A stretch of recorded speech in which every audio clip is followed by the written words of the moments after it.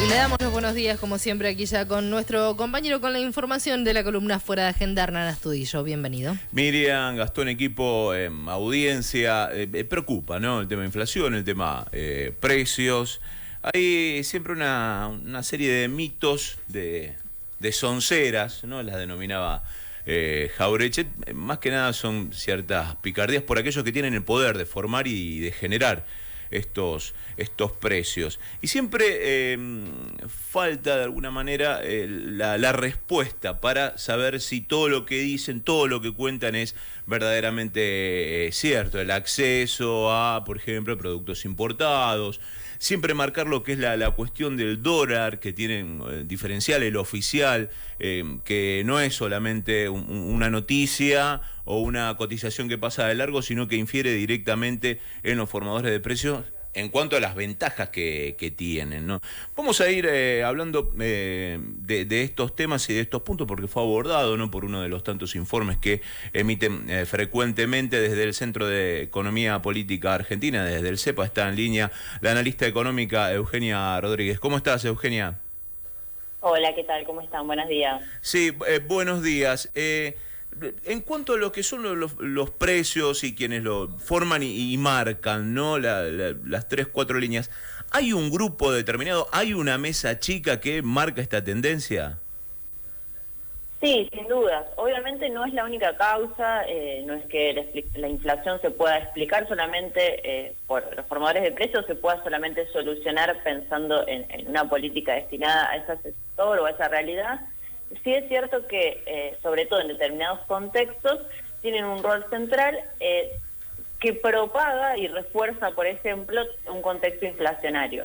¿Qué quiere decir con esto? No necesariamente son los generadores de la inflación, pero sí estamos hablando, por ejemplo, de grupos empresariales que tienen poder relativo. Esto significa que tienen un rol bastante determinante, por ejemplo, en ciertos sectores de la actividad económica, como el rubro de la alimentación, y dentro de ese sector, en distintos eslabones de la cadena, desde la producción, la distribución y la comercialización, y por lo tanto tienen, digamos, poder de juego para marcar ciertas condiciones, ciertas reglas de ese juego, muy vinculadas, por ejemplo, al tema de los precios. Y en un contexto como el que estamos atravesando, sobre todo desde marzo, y también, si se quiere, se agravó algo a mitad de año en el marco de lo que tiene que ver con la inflación que vos bien mencionabas, el accionar de estos grupos formadores tiende a reforzar justamente este contexto de alza de precios y obviamente aumenta sus propios márgenes de rentabilidad. En relación, por ejemplo, si hablamos de la harina, ¿no?, desde el precio del pan, por lo simbólico, por lo concreto y lo real, ¿no? Siempre se apelaba a, estas cuestiones de la devaluación, también lo que era la cuestión de la guerra, pero los impactos no condicen con el volumen del precio y cómo ha crecido en relación a lo que es hoy por hoy el precio del pan en la panadería y todos sus derivados. ¿Por qué pueden hacer esto?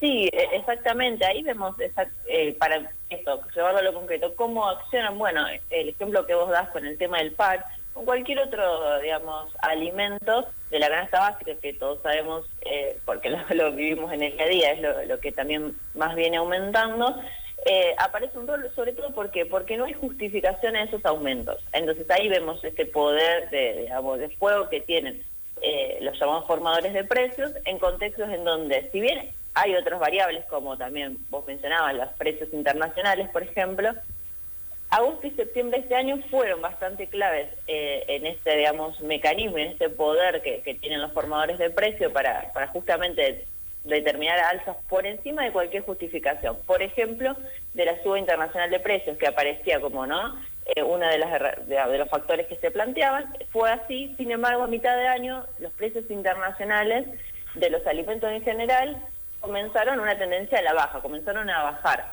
Acá no pasó. Si vemos, por ejemplo, el rubro de alimentos en la canasta de Index, vemos que sigue en un 6% más o menos, pero bueno, tiene una incidencia bastante determinante en el número, digamos, alto de cada mes, ¿no?, en la suba de precios.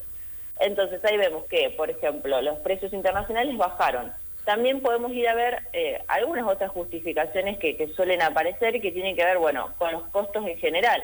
La realidad es que cuando vemos los costos, más allá de las diferencias entre sectores, hoy tienen un aumento en general que están por debajo, por ejemplo, de la suba de precios acumulada en este 2022. Si miramos, por ejemplo, cuánto subió el dólar oficial, hasta si miramos la brecha, porque nos pueden decir, bueno, el dólar oficial, pero en realidad la propia brecha, el llamado, digamos, dólares paralelos, el contado con liquidación, también tienen una evolución de suba hasta la actualidad que está por debajo de la suba general de precios. Lo mismo si miramos las naftas, pienso, ¿no?, en lo que se suele mencionar como factores que lo determinan. Lo mismo, por ejemplo, el dólar 40% en general, o 40% de suba en este 2022, perdón. El contado con liqui 53%, las tarifas 50%, las naftas similar. Los salarios, ni hablar, no tuvieron una suba promedio general, que después se puede desglosar, de 60%, y la inflación viene acumulada a septiembre, que es la comparación con la que hice, digamos, los puntos anteriores, de 66%. Es decir, está por arriba de todas las otras justificaciones, si se quiere, que suelen aparecer al momento de decir, bueno, nos aumentan los costos, entonces tenemos que trasladarlo a precios.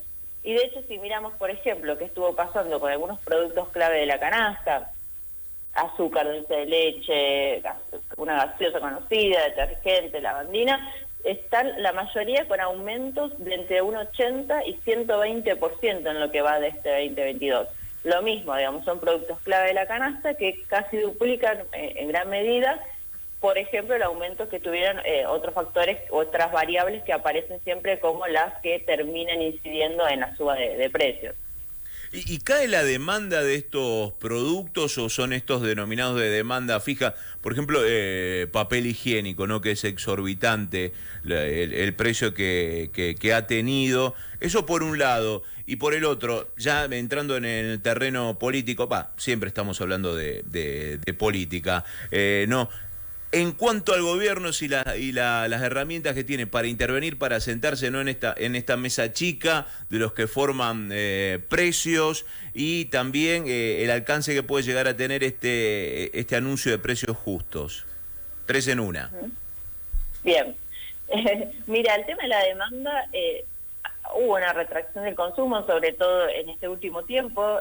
La realidad es que si se quiere, también un poco ese poder de fuego que hablábamos al inicio de la nota está vinculado con el tipo de sector, ¿no? Porque estamos hablando de alimentos, como bien decís, también productos de higiene, de limpieza personal, que muchas veces es difícil poder prescindir en el día a día, es decir, son aquellos de mayor consumo. Quizás se reemplazan unos por otros, es decir, el que se suele comprar por otra marca similar, pero es muy difícil. Y ahí te agrego un condimento a tener en cuenta, que es la concentración que existe en la góndola, es decir, quizás cambiamos por otro, pero lo que suele pasar es que son los mismos dueños también. Nosotros con CEPA relevamos que actualmente tenemos 20 empresas que controlan aproximadamente el 75% de la góndola en nuestro país.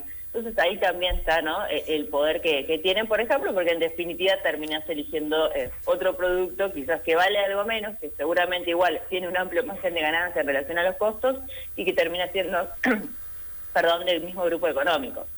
Eso es un aspecto también. Por eso la complejidad, perdón. Sí, la complejidad del tema, ¿no? Sí, la complejidad del tema y la necesidad de abordarlo de esa manera. Y ahí vinculado un poco a lo que me planteas de la política de precios justos, creo que sí, que puede funcionar. La clave justamente también está, ¿no?, si hay acuerdo real o qué pasa en estos días de implementación con el capital más concentrado.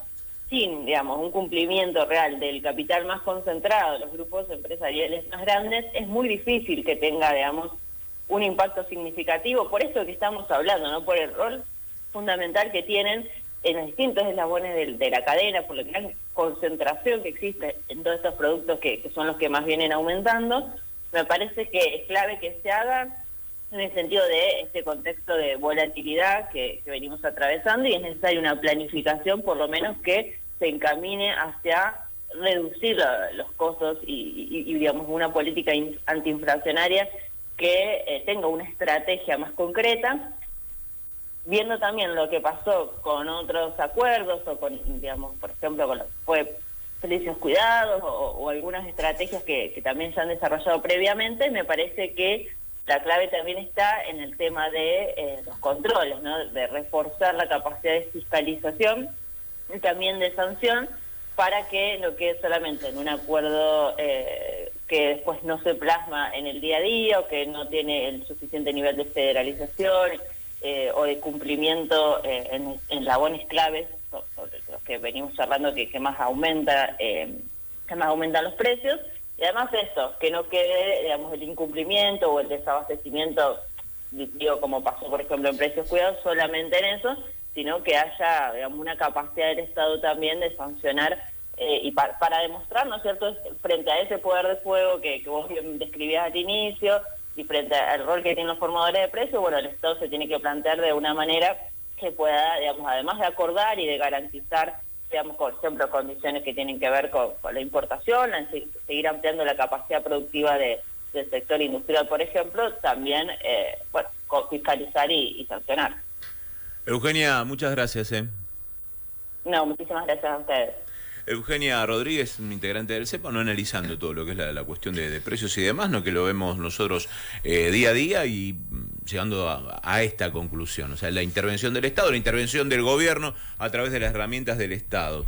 Luego, para apuntar en cuanto a precios justos y cerramos, va a haber una capacidad de sanción y recaudatoria por parte de los municipios. Se lo va a conceder, ¿no? Para todos aquellos que no cumplan con los precios justos, que se van a establecer a partir del 1 de diciembre y por cuatro meses. Esto va a potenciar la capacidad de consumo, ¿no? Porque van a estar todas las estructuras municipales revisando lo mismo. Y también se van a sumar distintas organizaciones sociales, ONG y políticas, que fue el principio de precios cuidados.